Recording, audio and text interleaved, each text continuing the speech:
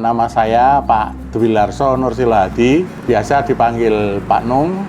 Di Merpati Pos Sleman, kebetulan saya dipercaya menjadi Ketua POM Sembada, POM khusus di daerah Sleman.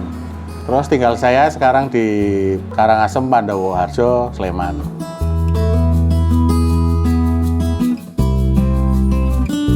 Saya mulai memelihara merpati pos itu dari tahun 2017.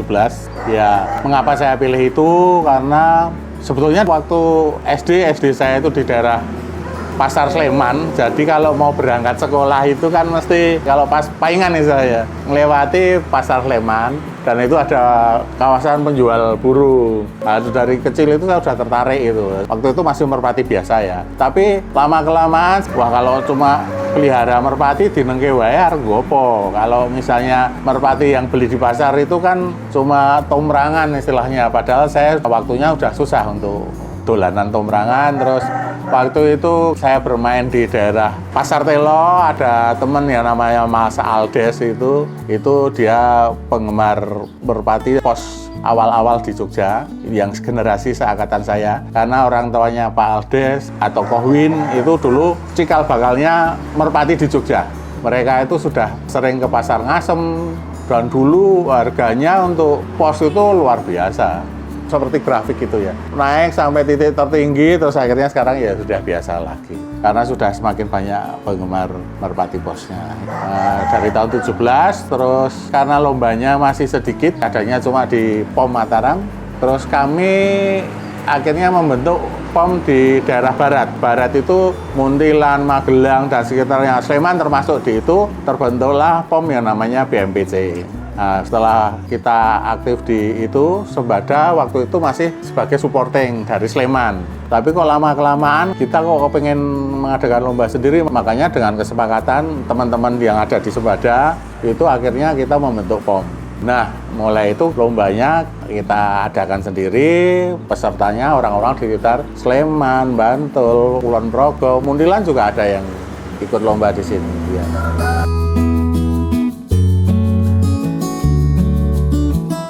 Keunggulan dari merpati pos adalah dia bisa terbang dalam taruh kata 1.000-1.200 km dia bisa pulang.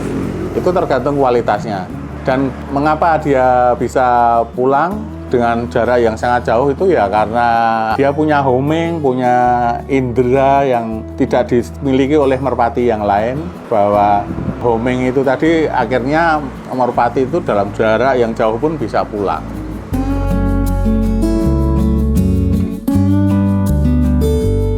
Latihannya biar roaming, dia tahu tentang rumahnya gitu loh. Ya awalnya itu kan dia jangan lebih dari 35 hari harus di kandang itu ya. Namanya kandang penerbang istilahnya, bahasanya kandang penerbang. Kalau untuk yang ngawin kita di kandang breeding, terus ada kandang umbaran. Ini kita konsentrasi ke kandang penerbang. Dia umur 35 hari, terus nanti sampai sebelum lepas lar itu udah mulai kita awangkan. Jadi dia sudah mulai agak kuat. Muternya baru sekitar rumah aja, terus nanti lama-lama dia bikin circle yang semakin lebar begitu.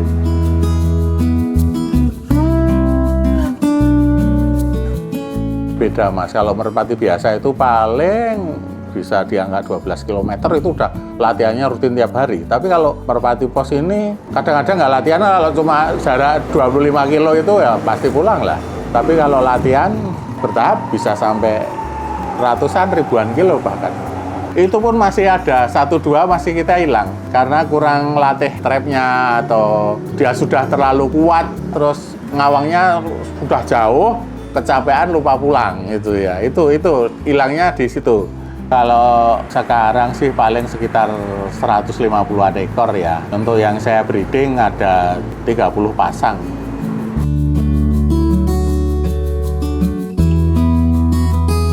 Untuk perawatan sih pada hakikatnya sama, tapi ada kelebihannya yaitu kita harus rajin pagi hari atau sore hari, bahasa penggemar itu ngawangke. Jadi merpati diawangke, biar dia latihan tahu tempat tinggalnya, biar homingnya itu semakin kuat itu Mas. Bedanya cuma di itu. Terus kalau makanan ada sih teman-teman penggemar yang lain dikasih suplemen dengan ramuannya sendiri seperti kuning telur dan lain sebagainya, itu ada yang dikasih itu. Terus kalau untuk masa ngerami terus keluar anaknya, terus belum keluar kandang dan setelah keluar kandang makanannya yang beda-beda.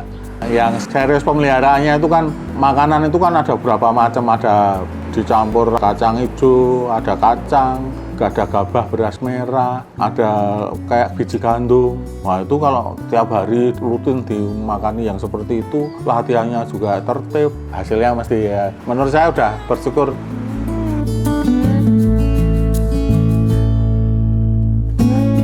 Perawatan ya minum, dikasih antivirus sedikit, terus ada kalau musim dingin itu ada yang dikasih bawang diulek itu sama garam itu.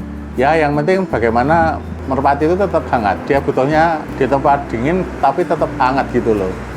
Vaksinasi itu wajib dilaksanakan 6 bulan sekali, 1 tahun sekali vaksinasi harus. Jadi divaksin biar burung tetap sehat.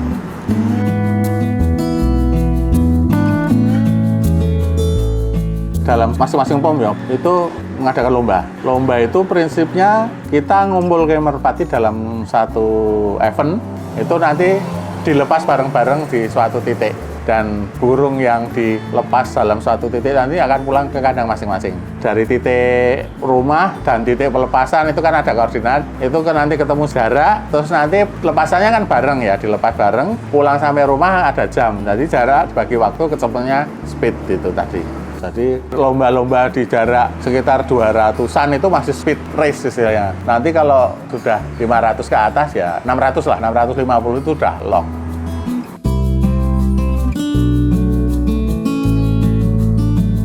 Banyak yang salah kaprah ya, merpati songguh surat menyurat gitu ya. Itu sebetulnya kalau zaman dulu merpati legendaris yang ada di Museum Tentara itu ya, dulu memang dipakai untuk perang, tapi burungnya itu dibawa ke medan perang, diisi sandi-sandi, dilepaskan, pulang ke kandang yang pelihara ini. Jadi di makonya istilahnya. Jadi ada informasi apa di lapangan. Jadi nggak bisa, aku kepengen nyurati karena nggak bisa. Ini disuruh terbang sana nggak bisa. Bisanya ya itu tadi cuma dia dibawa kemana, terus misalnya mau kita kasih surat, taruh di kaki itu, terus dia pulang ke rumah kita.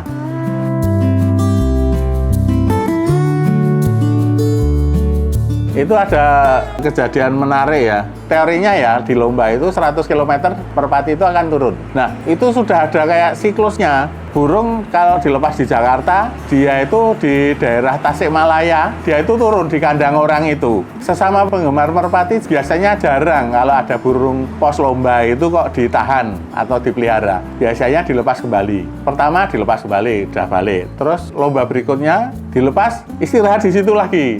Nah itu terus dikasih surat, ini untuk yang kedua kali burungmu datang ke rumahku. Nah, lomba yang ketiga berikutnya istirahat di situ lagi. Nah, itu akhirnya yang ketiga, terus orang yang punya burung yang selalu dikasih plastik ada tulisannya itu mencari tahu, loh ini sopo bapak ini, oh ternyata bapak ini terus sini akhirnya jadi persaudaraan. Istilahnya dengan semboyan merpati itu seneng bareng, mabur bareng. Jadi kadang-kadang dalam kepengurusan itu ya finansial jarang dipikir, sosialnya lebih tinggi. Untuk komite itu kerjanya luar biasa. Saya sangat salut sama teman-teman komite di Subada itu seperti itu.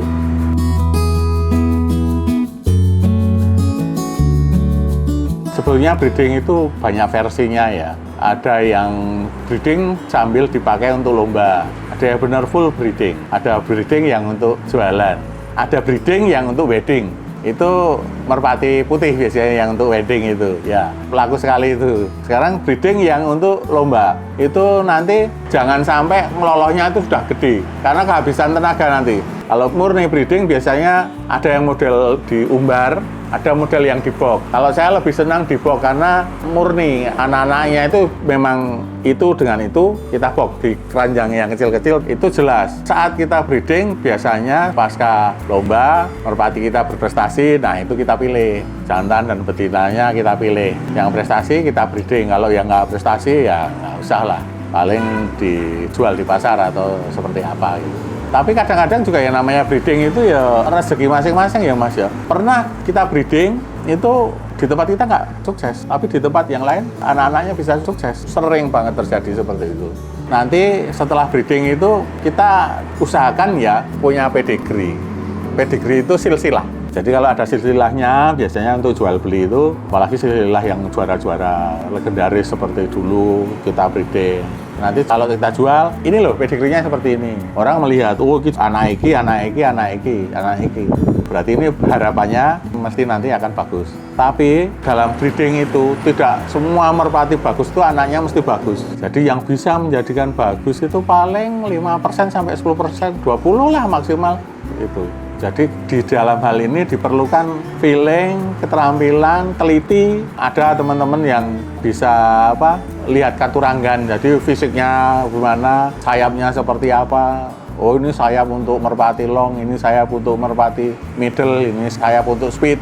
Dalam hal ini breeding itu memang tujuan utamanya kebanyakan itu untuk lomba, tapi banyak juga dari teman-teman kita yang digunakan untuk bisnis. Artinya memang mereka menjual janji bahwa nanti merpati dari dia itu mesti bagus.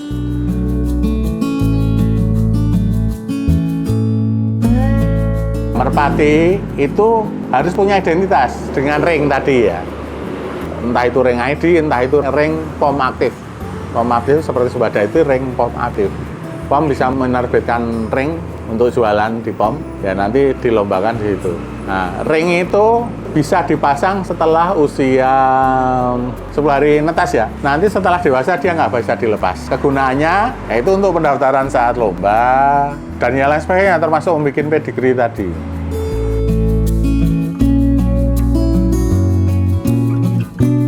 Harapan ke depan ya, saya sebenarnya sudah terima kasih pada teman-teman di kepengurusan itu ya, dan kepengurusan di POM yang lainnya. Kejujuran itu memang dipentingkan sekali ya dalam lomba ini.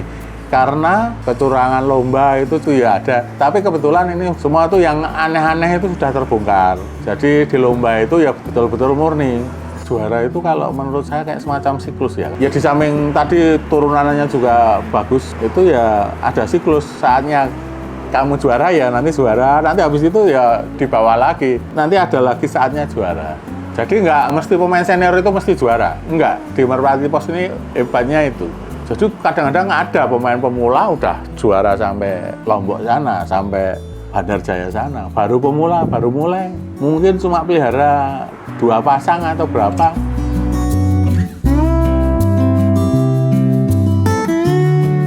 Saya tuh lebih cenderung kalau ada pemain baru tak support. Saya lebih senang, saya lebih tertarik kalau penggemar Merpati Pos itu lebih banyak.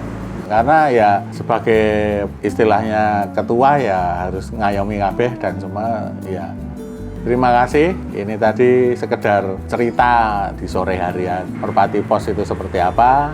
Itu sudah saya ceritakan. Kalau nanti ada pertanyaan, monggo bisa main ke rumah di Pendowoharjo atau di teman-teman yang lain bisa. Banyak penggemar atau istilahnya suhu-suhu di Merpati Pos di Sleman ini banyak sekali. Begitu, terima kasih. Selamat sore.